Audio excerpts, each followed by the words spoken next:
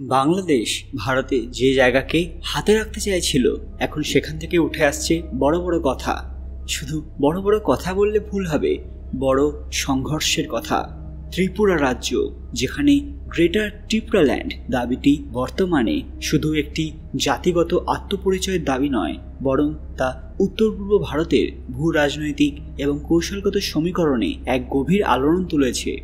Indigenous progressive regional alliance বা ত্রিপুরা মোঠা পার্টির নেতৃত্বে এই দাবির মূল ভিত্তি হল ত্রিপুরার আদিবাসী জনগণের জন্য একটি পৃথক সাংবিধানিক স্বীকৃত অঞ্চল। সেখানেই তারা তাদের সাংস্কৃতিক এবং রাজনৈতিক অধিকার সংরক্ষিত রাখবে। যদিও কেন্দ্র সরকার এই দাবিকে এখনও সাংবিধানিক স্তরে মেনে নেয়নি, কিন্তু গ্রেটার ত্রিপুরাল্যান্ড এর আওতায় ত্রিপুরা ছাড়িয়ে বরাক উপত্যকা, দক্ষিণ আসাম এবং পার্শ্ববর্তী বাংলাদেশের পার্বত্য চট্টগ্রাম পর্যন্ত একটি আদিবাসী সংলগ্ন অঞ্চলকে অন্তর্ভুক্ত করার ভাবনা রয়েছে, যা কেবলমাত্র একটি জাতিগত নয়, বরং কৌশলগত দাবি হয়ে দাঁড়িয়েছে। কীভাবে এটা প্রভাব ফেলবে ভারত এবং বাংলাদেশের উপরেও সবটাই জানাবো আজকের ভিডিওতে। তার আগে কমেন্ট বক্সে হর হর মহাদেব লিখতে ভুলবেন না। সকলকে আমাদের চ্যানেল পুরানথায় স্বাগত। আজকে আপনারা জানবেন বাংলাদেশের ওপর এক বড় আঘাত। ভিডিওতে এগোনোর আগে সবাই অবশ্যই আমাদের চ্যানেলটি সাবস্ক্রাইব করে নেবেন। এই দাবির রাজনৈতিক এবং কৌশলগত গুরুত্ব বহুগুণে বেড়ে যাচ্ছে যখন এর সাথে জড়িয়ে পড়ে ভারতের চিকেন নেক নামক শিলিগুড়ি করিডোর, যা সমগ্র উত্তর পূর্ব ভারতের সঙ্গে মূল ভারতবর্ষকে যুক্ত করে। এই সংকীর্ণ ভূখণ্ডটি যদি কোনোভাবে অস্থিতিশীল হয়, যা বিচ্ছিন্নতাবাদী গোষ্ঠীর প্রভাবে পড়ে, তবে তা ভারতের নিরাপত্তার পক্ষে এক গুরুতর বিপর্যয় ডেকে আনতে পারে।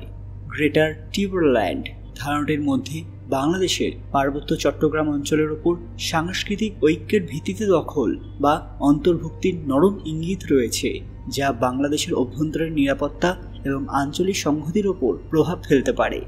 বাংলাদেশের জন্য এটি একটি সার্বভৌমত্ব হুমকি হিসেবে বিবেচিত হতে পারে। অন্যদিকে এই অঞ্চল ঘিরে চীনের ভূ রাজনৈতিক আগ্রহ দিন দিন স্পষ্ট হয়ে উঠছে। চীন বরাবরই উত্তর পূর্ব ভারতের অভ্যন্তরীণ অস্থিরতাকে ভারতের বিরুদ্ধে একটি চাপ সৃষ্টির হাতিয়ার হিসেবে ব্যবহার করেছে। গ্রেটার ত্রিপুরাল্যান্ড আন্দোলন যদি দীর্ঘমেয়াদে বিচ্ছিন্নতাবাদ রূপ নেয়, তবে চীন তা অর্থনৈতিক এবং রাজনৈতিক সহায়তার মাধ্যমে জ্বালিয়ে রাখতে পারে, যাতে ভারত এবং বাংলাদেশ উভয় দেশ কৌশলগতভাবে দুর্বল হয়। এই প্রেক্ষাপটে চট্টগ্রাম বন্দর নিয়েও চিন্তার জায়গা তৈরি হয়, যেখানে চীনা বিনিয়োগ ইতিমধ্যেই রয়েছে। চট্টগ্রাম বন্দর যদি চীনের প্রভাবাধীন হয় এবং পার্বত্য চট্টগ্রাম অঞ্চলে ত্রিপুরা জাতিগোষ্ঠীর সঙ্গে উত্তেজনা বাড়ে, তবে তা বাংলাদেশ ভারত বাণিজ্য পথ এবং নিরাপত্তা উভয় ক্ষেত্রেই বিঘ্ন ঘটাতে পারে। এই জটিল রাজনৈতিক ছকের মধ্যে ভারতকে একদিকে তার অভ্যন্তরীণ আদিবাসী জনজাতির দাবি, অন্যদিকে বাংলাদেশের সঙ্গে বন্ধুত্বপূর্ণ সম্পর্ক এবং তৃতীয় দিকে চীনের ক্রমবর্ধমান প্রভাব, এই তিনটি অক্ষে একসাথে ভারসাম্য বজায় রাখতে হচ্ছে। এটা যদি সাংবিধানিকভাবে কোনো আলাদা স্থান পায়, তবে তা দেশের অন্যান্য জাতিগত গোষ্ঠী এবং প্রাদেশিক বিচ্ছিন্নতাবাদীদের জন্য একটি দৃষ্টান্ত হতে পারে, যা কেন্দ্রীয় সরকারের জন্য একটি দীর্ঘমেয়াদী চ্যালেঞ্জ। সুতরাং এই দাবি সমাধান শুধু রাজনৈতিক চুক্তিতে নয়, বরং তা চায় সাংবিধানিক সহানুভূতি, কৌশলগত বাস্তবতা এবং আন্তর্জাতিক সম্পর্কের সূক্ষ্ম ব্যবস্থাপনা। ভারতের জন্য এটা আরও উদ্বেগজনক হয়ে উঠছে, কারণ এই আন্দোলনের ভৌগোলিক ইঙ্গিত কেবলমাত্র ত্রিপুরার উপজাতীয় এলাকা নয়, বরং দক্ষিণ আসাম, উত্তর পূর্ব মিজোরাম, এমনকি বাংলাদেশের অঞ্চল পর্যন্ত প্রসারিত।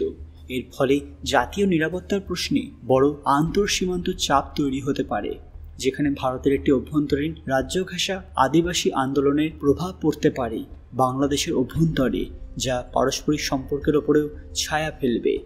যদি এই আন্দোলনের ভিত্তিকে স্বীকৃতি দেওয়া হয়, তবে তা ভারতের সাংবিধানিক কাঠামোতেই এক প্রকার অসন্তুলন সৃষ্টি করবে। অন্যান্য অঞ্চলেও প্রাদেশিক এবং জাতিগত দাবিগুলি আবার মাথাচাড়া দিতে পারে এবং কেন্দ্রীয় সরকারকে তার এক ভারত নীতির মধ্যে স্ববিরোধী অবস্থানে পড়তে হতে পারে। অর্থাৎ বোঝাই যাচ্ছে যে সব কিছুই নির্ভর করছে ভারতের প্রধানমন্ত্রী নরেন্দ্র মোদির ওপর, যে তিনি কোন সিদ্ধান্ত নেবেন। তিনি কি বাঁচাতে পারবেন সেই রাজ্যকে, সেই ভারতের দুর্বল অংশকে? এই রাজনৈতিক পটভূমিতে বিরোধী দলগুলি এবং বিচ্ছিন্নতাবাদী সংগঠনগুলি এই ধরনের দাবিকে নিজেদের স্বার্থে ব্যবহার করে জাতীয় ঐক্য এবং নিরাপত্তা দুর্বল করতে পারে, যা আমরা ইতিমধ্যে দেখতে পাচ্ছি। বন্ধুরা, ভবিষ্যতে কি হবে সেটা তো ভবিষ্যতই বলবে, কিন্তু যেই সিদ্ধান্তই নেওয়া হোক না কেন সেটা শুধু ভারত নয়, বাংলাদেশের ওপরেও বড় প্রভাব ফেলবে, যা আমরা ইতিমধ্যে দেখতে পাচ্ছি। বন্ধুরা, আপনাদের কি মনে হয়, ভারত সরকার কি এটা অ্যাপ্রুভ করবে নাকি সম্পূর্ণভাবে থামিয়ে দেবে? আপনাদের মূল্যবান মতামত কমেন্ট বক্সে অবশ্যই জানাবেন। আজকের ভিডিওটি লাইক করবেন এবং শেয়ার করে সবাইকে দেখার সুযোগ করে দেবেন। কমেন্ট বক্সে ভক্তির সঙ্গে হর হর মহাদেব লিখতে ভুলবেন না। আরও এরকম দরকারি আপডেট পেতে পুরানো আবিষ্কার চ্যানেলটি মনে করে সাবস্ক্রাইব করে নেবেন। খুব তাড়াতাড়ি ফ্রেশ করার একটি দরকারি ভিডিও নিয়ে, ততক্ষণ আপনারা এই ভিডিওগুলি দেখতে পারেন। ধন্যবাদ।